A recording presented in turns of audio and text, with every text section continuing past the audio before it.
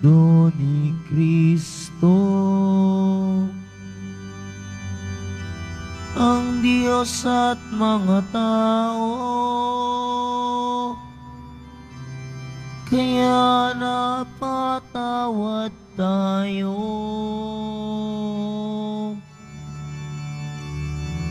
Hallelujah, Hallelujah, Hallelujah, Hallelujah.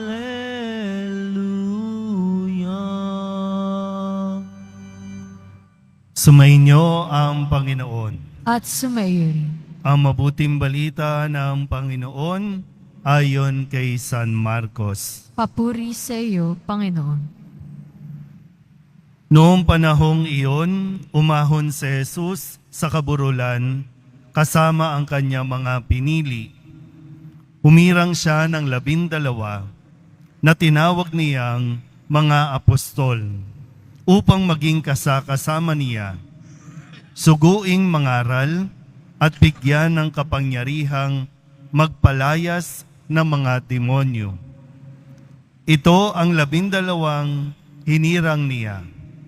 Si Simon na tinagurian niyang ng Pedro, si Santiago at si Juan na mga anak ni Zebedeo. Sila'y tinagurian niyang Boanerges, na ibig sabihin mapupusok. Sina Andres, Felipe, Bartolome, Mateo, Santiago na anak ni Alfeo at Tadeo, si Simon na makabayan at si Judas Iscariote na siyang nagkanulo sa kanya. Ang mabuting balita ng Panginoon. Pinupuri ka namin, Panginoong Hesukristo. Magsiupo muna tayong lahat. Isang mapagpalang umaga po sa inyong lahat.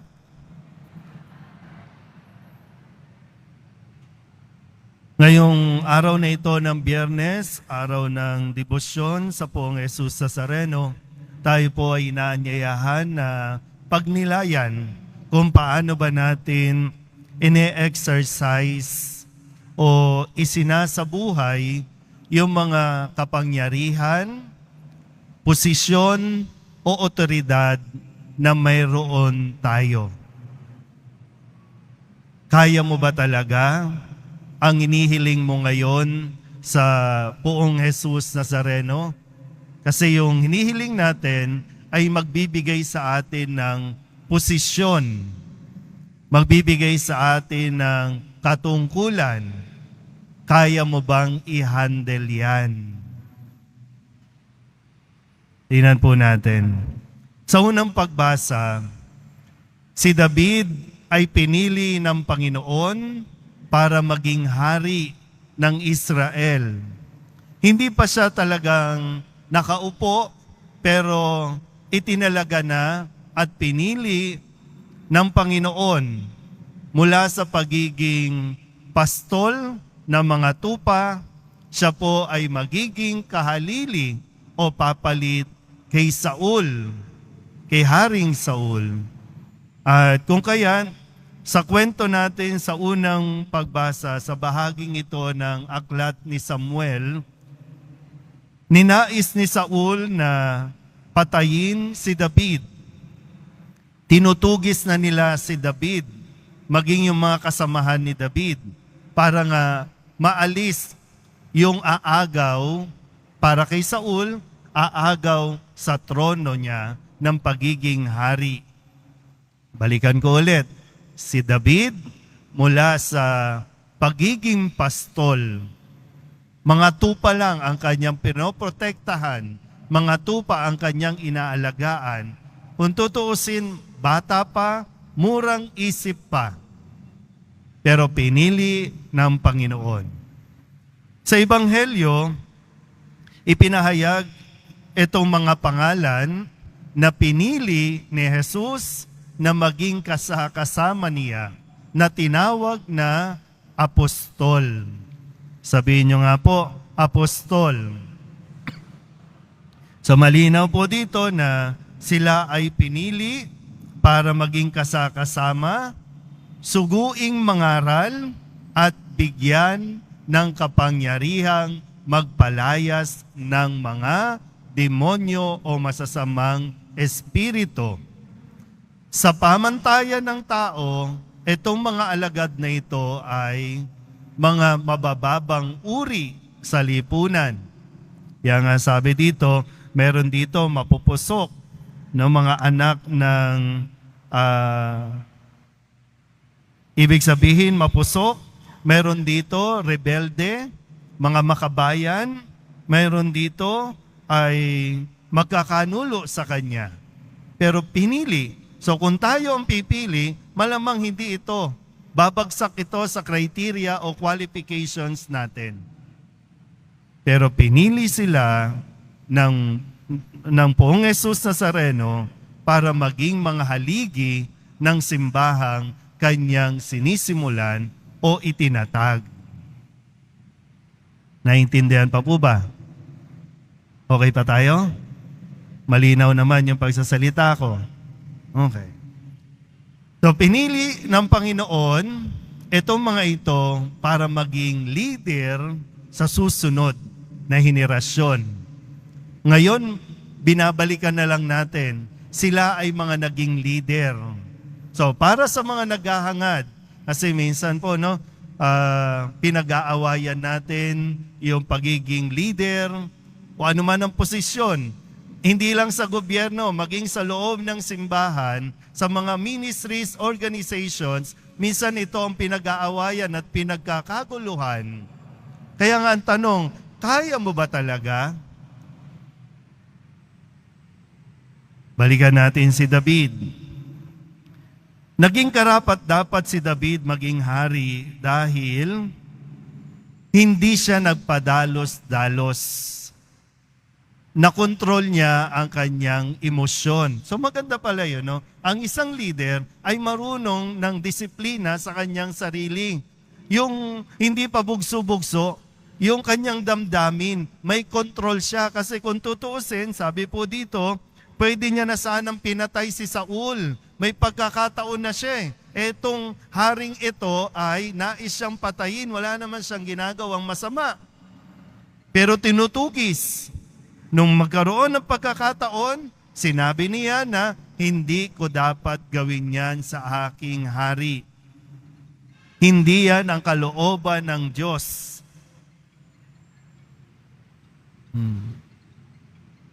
Kaya yung galit, no? Kaya nga ang isang leader, hindi pwedeng paiiralin mo ang init ng ulo, hindi mo pwedeng pairalin ang galit na magdidesisyon ka dala ng galit. Ikaw dapat ang may kontrol niyan at malinaw sa iyo na bilang hari, bilang pinili ng Diyos, kung ano ang nais na ipatupad ng Diyos, yun ang dapat mong gawin. Wala sa isang leader ang ilalagay ang kapangyarihan o ang kitlin ang buhay ng isang tao. Sa Ebanghelyo, binigyan ng kapangyarihan ng mga alagad, hindi para magparusa, hindi para magpahirap, kundi para magpalaya. Ang mga leader na pinili ni Jesus, binigyan ng kapangyarihan para magbigay ng pag-ibig, magbigay ng pagpapatawad. O ngayon, sa atin, may mga katungkulan tayo. Ako, sa simbahan, sa parokya namin, sa Soledad. Kayo, may mga katungkulan. Hindi man sa organization, hindi man sa barangay, hindi man sa gobyerno, sa pamilya. May katungkulan ang bawat isa sa atin. Nang nakakalungkot, nagkaroon lang ng posisyon, nagkaroon lang ng pangalan, lumaki na ang ulo, at kung ano ang gustong gawin, yun ang kanyang ipapatupad na malayong malayo sa kung ano ang gustong ipagawa ng Diyos. Gaya na nga sabi ko kanina, yung mga hinihiling natin, hinihiling lalo na ng karamihan sa inyo, no? Yung mga may dala ng passport, may mga dalang document para makapag-abroad, kaya mo ba talaga? Kasi pag nagkatrabaho ka, yayaman ka. Pag may pera ka, masusunod ka. Tama ba? Sino ang may pera sa bahay? Siya ang may kapangyarihan. Siya ang nagdidikta. Tama ba? Ngayon, kaya nga tinatanong ko, yan ay ibinigay sa iyo ng poong Nazareno o ibibigay pa lang sa iyo ng Nazareno. Ang tanong, kaya mo bang i-handle ang kapangyarihan na ibibigay sa iyo? O baka naman, kumita ka lang, lumaki na agad ang ulo mo, yumabang ka na agad, naging mapagmataas ka na. Yung mga mayayaman na dito, baka nakakalimot kayo. Baka nakakalimot tayo sa binigay ng Diyos sa atin. Hindi atin ito. Kung tutusin, hindi nga tayo karapat-dapat dito, pero ginusto ng Diyos na ibigay sa iyo, ipagkatiwala sa atin ang posisyon at kapangyarihan, kahit taglay pa nito yung pera na hawak natin. Sabihin niyo nga po sa katabi ninyo, huwag kang abusado. Ba't natatakot kayo? Hindi natin dapat abusuhin ang kapangyarihan na mayroon tayo. Hindi porket ikaw ang magulang, sasamantalahin mo, ako ang magulang. Tama pa ba ang pagiging magulang mo ayon sa turo ng Diyos? Kung ikaw ang opisyal, mga leader sa mga ministries and organizations na minsan ayaw mong bitawan, tama pa ba ang mga desisyon na iyong ginagawa? O dahil sa galit o dahil sa iyong pamumuno, nagkakawatak-watak lalo ang mga miyembro. Pero gusto mong maging opisyal, gusto mong maging leader.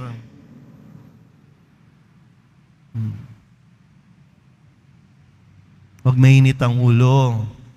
Kaya nga dapat, kung alam mo mainitin ang ulo mo, ikaw mismo magsabi, hindi ako pwede dyan. Wala kang disiplina sa sarili, wala kang kontrol, hindi ako pwede dyan. O kaya naman, maging hamon sana ito sa iyo. Leader ka na, kaya hindi na dapat mainitin ang ulo. Hindi na dapat bukso ng damdamin ng pinairal, kundi kung ano ang aral na ibinibigay ng poong Jesus Nazareno. Kakayanin naman, no? Kaya mo naman yan. Huwag ka lang talagang makalimot. Kaya nga nandito yung mga halimbawa ni David at ng mga alagad. Si David, hindi niya ginantihan ng masama yung taong gustong gumawa ng masama sa kanya. Ang mga alagad, pagdating ng araw, bubugbugin, papahirapan, papatayin, pero hindi rin nila ginantihan ito ng masama. Kasi malinaw sa kanila na mas may kapangyarihan at mas may hawak sa kanila ang Panginoon kaysa sa mga taong gumagawa at nais silang gawan ng masama. Ganun pala yun, no? Yung kapag hindi ka gumagante at hindi mo binabalak gantihan ang mga taong gumagawa ng masama sa iyo, ibig sabihin, may kontrol ka sa sarili mo at hindi mo hinahayaang kontrolin kanila sa kung ano ang magiging reaksyon mo. Kasi pinupubok ka, di ba? No? Ang mga taong may iniisip na masama sa iyo, pinupubok ka para mapasunod ka nila sa kung ano ang gusto nilang gawin mo. Yung maging masama ka rin. So, pag ginaya mo yon at ginawa mo, na-control ka nila. Hindi ikaw ang kumontrol sa kanila. Kaya kung medyo nagagalit ka na, no? Parang pakiramdam mo, out of control ka sa emotions mo, mas mainam, alis ka muna eh. Iwas ka muna. para makompose mo ulit yung sarili mo eh. At lalo tigit, makapagsangguni sa Poong Nazareno sa pamamagitan ng panalangin. At babalikan natin ulit ano ang gagawin ni Jesus kung siya ang nasa katayuan natin. Isang katungkulan, isang responsibilidad, maging ang pagiging deboto natin. Hindi lang ito sa pangalan, hindi lang ito para sa sarili natin, kundi ikaw ay deboto na dapat mong ipakita at dapat nilang makita ang tunay na pagiging deboto, mahinahon, masunurin sa Diyos, lalong-lalo na hindi mainitin ang ulo. Sabihin nyo nga ulit sa katabi ninyo, huwag mainit ang ulo. Kalmahan lang natin, no?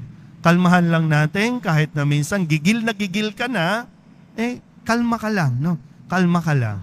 Kasi ang Diyos ang pumili sa iyo, Diyos din ang magtatanggol sa iyo. Amen?